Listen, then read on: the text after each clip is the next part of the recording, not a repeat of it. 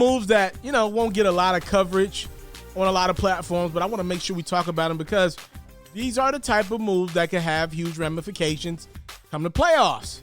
The Nets were able to give Bruce Brown a one-year deal for about $4.7 million, so he'll be making his way back. Bruce is one of their team's best defenders. Look, Joe Harris can light it up in the regular season.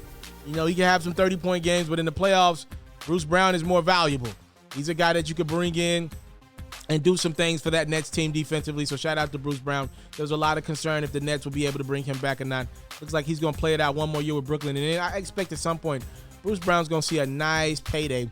If Mikal Bridges is closing in on about $20 million a year, I know Bruce ain't the scorer that Bridges is, but he can defend his behind off. He's going to get a bag someday in this league. And also I wanted to highlight the team that was number one out west. That'll be the Utah Jazz. They were able to lock in Rudy Gay on a 2-year deal that includes a player option on the second year. The details of that deal have not been released as of right now. Maybe by the time I edit this video, they will be out in the domain. But I like this move a lot for Utah. Now, again, is Rudy Gay going to light it up in the regular season? No. But with his frame, man, look at that Jazz roster. They got guys like Joe Ingles, guys like Bogdanovich. These are guys that are not known for their defense. I'm being generous here.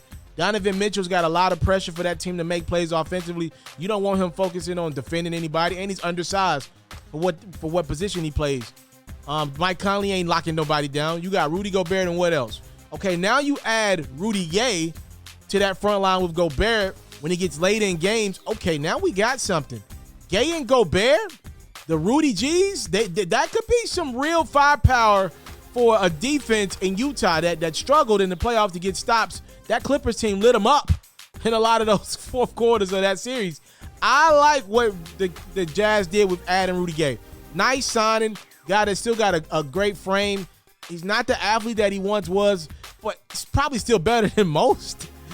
Shout out to him for locking in with Utah on a 2-year deal.